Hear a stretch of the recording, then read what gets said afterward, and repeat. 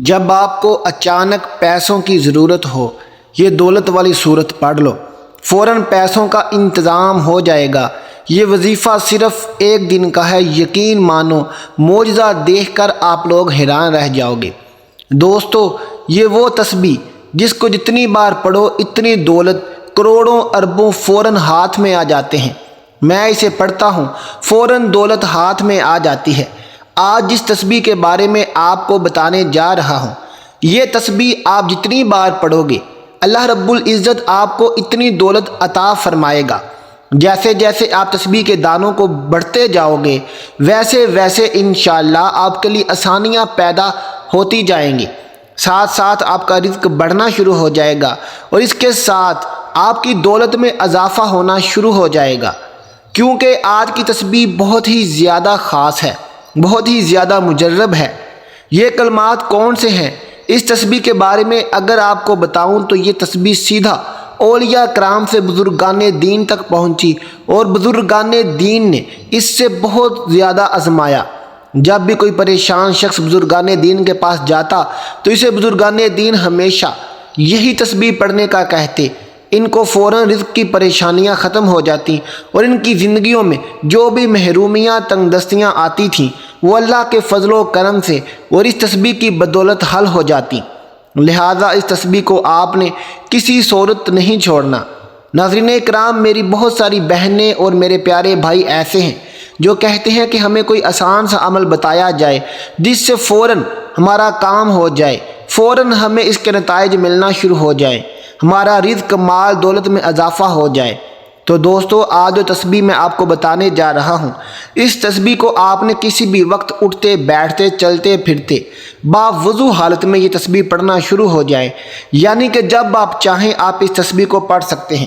یہاں پر میں آپ کو ایک خاص بات بتانا چاہتا ہوں کہ اگر آپ نے یہ وظیفہ مکمل کر لیا، اس کے بعد آپ کے مالی حالات درست ہونا شروع ہو گئے، پھر اچانک اللہ رب العزت کی کوئی دوبارہ آپ پر آزمائش آ گئی اور آپ کے مالی حالات اگر دوبارہ خراب ہو گئے تو آپ فوراً اس تسبیح کو دائیں ہاتھ میں پکڑ کر پڑھنا شروع ہو جائیں۔ مجھے یقین ہے کہ اسی وقت اللہ رب العزت آپ کے اس مالی پریشانی سے آپ کو نکال دیں گے اور اس کی جگہ انشاءاللہ آپ کے گھر میں خوشیاں ہوں گی۔ انتہائی کشیدہ حالات ہوں، آپ کو کچھ بھی سمجھ نہ آ رہی ہو، آپ کے گھر میں غربت ہے، کاروبار نہیں چل رہا، آپ کی بیٹیوں کی شادی نہیں ہو رہی، بیٹیاں گھر میں بیٹھی بیٹھی سر میں سفید بال آ گئے ہیں، ماں باپ پریشان ہیں، یا آپ پسند کی شادی کرنا چاہتے ہیں، یا آپ ایگزامز میں اچھے نمبر لینا چاہتے ہیں، یا آپ کا دنیا جہان کا کوئی بھی مسئلہ ہے، یا میاں بیوی میں محبت کی کمی ہے، میاں بیوی میں بات طلاق تک پہنچ گئی ہے، دنیا جہان کی کوئی بھی پرابلم ہے، تو آج کا یہ وظیفہ اللہ پر بھروسہ رکھ کے کر لو۔ انشاءاللہ اللہ آپ کے تمام کام پورے کر دے گا، اللہ آپ کی تمام حاجات پوری فرما دے گا، اللہ آپ کے بگڑے کام سنوار دے گا، آپ کے نصیب کو لگے بند تالے کھل جائیں گے۔ دوستو، آپ میاں بیوی ہیں تو آپ میں پیار محبت آ جائے گا، آپ من پسند شادی چاہتے ہیں تو آپ کی شادی اسی جگہ ہو جائے گی جہاں آپ چاہتے ہو۔ اللہ والو، آج کا وظیفہ اللہ دین کا چراغ ہے جسے آپ نے جوں ہی رگڑا اس سے دولت آنا شروع ہو گئی۔ آج کا وظیفہ جیسے ہی آپ کریں گے آپ کی مشکلات حاجات پوری ہونا شروع ہو جائیں گی، آپ کی دل کی مرادیں پوری ہو جائیں گی۔ جو شخص اس تسبیح کو دل کے ساتھ پڑھتا ہے اس کے ساتھ بھی ایسا ہی خوبصورت معاملہ ہوتا ہے۔ ناظرین اکرام، ایک بہت ایمان فروز واقعہ رزق کے حوالے سے آپ کے ساتھ شیئر کرتا ہوں، لازمی سنیے گا۔ بنی اسرائیل میں ایک عبادت گزار شخص تھا جس کے دل میں اللہ پاک کو دیکھنے کی بے حد خواہش تھی۔ مسلسل 100 سال تک ایک غار میں اللہ کی عبادت کرتا رہا کہ ایک رات غیب سے ایسے آواز آئی کہ شام کے وقت تانبے کے بازار جاؤ اور فلاں دکان پر جا کے اللہ پاک کی زیارت کر لو۔ وہ شخص بہت خوش ہوا کیونکہ اس کے دل کی مراد پوری ہونے کا وقت آن پہنچا تھا اور یہ بندہ مقررہ وقت سے پہلے ہی تانبے کے بازار میں پہنچ گیا۔ عبادت گزار بندے نے بازار میں پہنچ کر اس دکان کی تلاش کرنا شروع کر دی۔ اس نے دیکھا ایک بڑھیا تانبے کا برتن ہاتھ میں پکڑے کھڑی ہے، وہ برتن کو 6 ریال میں فروخت کرنا چاہتی ہے۔ اس نے کافی دکانوں سے اس کی قیمت پوچھی، ہر دکاندار نے اس کی قیمت 6 ریال سے کم ہی لگائی۔ وہ بڑھیا ہر دکاندار سے دریافت کرتی رہی، آخر کار ایک تانبے ساز کی دکان پہ پہنچ گئی۔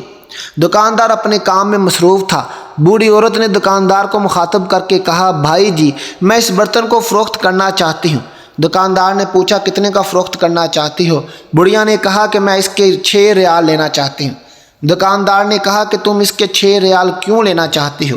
اس برتن کو کم ریٹ پر نہیں فروخت کرنا چاہتی۔ بوڑھی عورت نے دکاندار سے کہا کہ میرا ایک چھوٹا سا بچہ ہے جس کی طبیعت بہت زیادہ خراب ہے، میں نے اس کا علاج کروانا ہے۔ ڈاکٹروں نے اس کے علاج کے لیے 6 ریال فیس مانگی ہے۔ اس برتن کو فروخت کر کے اپنے بچے کا علاج کروانا چاہتے ہیں۔ دکاندار نے برتن کو ہاتھ میں پکڑتے ہوئے کہا کہ برتن تو بہت ہی بھاری ہے اور عمدہ بھی ہے، میں اس کو 26 ریال میں خریدنے کے لیے تیار ہوں۔ بڑھیا نے جواب دیا کہ تم مذاق کر رہے ہو۔ دکاندار نے کہا، بڑی ماں میں آپ سے مذاق کیوں کروں گا؟ دکاندار نے بڑھیا سے برتن لیا اور اس کو 26 ریال دے دیے۔ بوڑھی عورت پیسے پکڑ کر بہت خوش ہوئی اور وہ دکاندار کو دعائیں دیتی ہوئی چلی گئی۔ وہ عبادت گزار بندہ سارا ماجرا یہ دیکھ رہا تھا۔ جب وہ بوڑھی عورت دکان سے چلی گئی، اس متقی شخص نے دکاندار سے مخاطب ہو کر کہا، اے تانبا ساز مجھے ایسا لگتا ہے کہ تجھ کو دکانداری نہیں آتی۔ متقی شخص نے دکاندار کو کہا کہ سب بازار والوں نے اس کی قیمت 3 یا 4 ریال لگائی تھی، آپ نے تو اس کو 26 ریال میں خرید لیا۔ دکاندار کہنے لگا، میں نے اس بڑھیا کو برتن کی قیمت نہیں دی، میں نے تو بڑھیا کے بچے کے علاج کے لیے پیسے دیے ہیں تاکہ وہ اپنے بچے کا علاج کروا سکے، علاج کروا کے اس کے لیے کھانے پینے کا بہترین انتظام کر سکے۔ متقی شخص یہ معجزہ دیکھ کے بہت حیران ہوا۔ اس کو غیب سے آواز سنائی دی کہ چلا کشی کر کے خدا کو کوئی حاصل نہیں کر سکتا۔ میری زیارت کرنے کا بہترین طریقہ یہ ہے کہ تم غریبوں کے کام آیا کرو، بے کسوں کا سہارا بنا کرو، ضرورت مندوں کی ضرورت کو پورا کیا کرو، تو ہم خود تم کو اپنی زیارت کروایا کریں گے۔ چیونٹی دن رات محنت میں لگی رہتی ہے اور اس کو خاک سے ہی رزق ملتا ہے۔ گدھ پرواز کرتے ہوئے اپنا رزق تلاش کر لیتی ہے، مکڑی جالا بناتی ہے، وہ جالا اتنا خوبصورت دیکھنے کے لائق ہوتا ہے، مگر مکڑی کا مقصد جالا بنانا نہیں ہوتا بلکہ اپنے شکار کو پکڑ کر اپنی خوراک بنانا ہوتا ہے۔ اسی طرح وہ کامیابیاں حاصل کرتی ہے۔ کامیاب انسان کے پیچھے انسان کی اصل خواہش چھپی ہوتی ہے۔ اس خواہش کا بطور مطالعہ کیا جائے تو کامیابی اصل مفہوم سمجھ آ جاتا ہے۔ ناظرین اکرام، آج کا عمل بڑا آسان ہے۔ دوستو، آپ جانتے ہیں کہ درود پاک پڑھ کر کی جانے والی دعا کبھی رد نہیں جاتی۔ آپ نے وظیفہ شروع کرنے سے پہلے اول و آخر درود پاک لازمی پڑھنا ہے۔ ایک بار میرے ساتھ بھی ثواب کی نیت سے پڑھ لیں۔ اللہم صلی علی محمد وعلی آل محمد کما صلیت علی ابراہیم وعلی آل ابراہیم انک حمید مجید۔ اللہم بارک علی محمد وعلی آل محمد کما بارکت علی ابراہیم وعلی آل ابراہیم انک حمید مجید۔ 21 بار سورہ کوثر پڑھ کر پھر آپ نے ایک تسبیح شب میں یا صبح کے وقت پڑھ لینی ہے۔ ایک تسبیح آپ شام کے وقت پڑھ لیں اور ایک تسبیح آپ رات سونے سے پہلے پڑھ لیں۔ تسبیح کے دانے پر آپ نے الحمدللہ یا رب الحمدللہ یا رب الحمدللہ یہ آپ نے ہر دانے پر پڑھنا ہے۔ الحمدللہ یا رب الحمدللہ یا رب ایک ہو گیا۔ اسی طرح سے آپ نے اس کو 21 بار سورہ کوثر کے ساتھ اس کو پڑھ لینا ہے۔ ایک تسبیح 100 دانوں والی آپ صبح کے وقت، ایک تسبیح دوپہر کے وقت اور ایک تسبیح مغرب کی نماز کے بعد آپ پڑھ لیں۔ جس طرح آپ مناسب لگے آپ پڑھ لیں۔ تسبیح پر نہیں پڑھ سکتے تو ہاتھ کی انگلیوں پر پڑھ لیں۔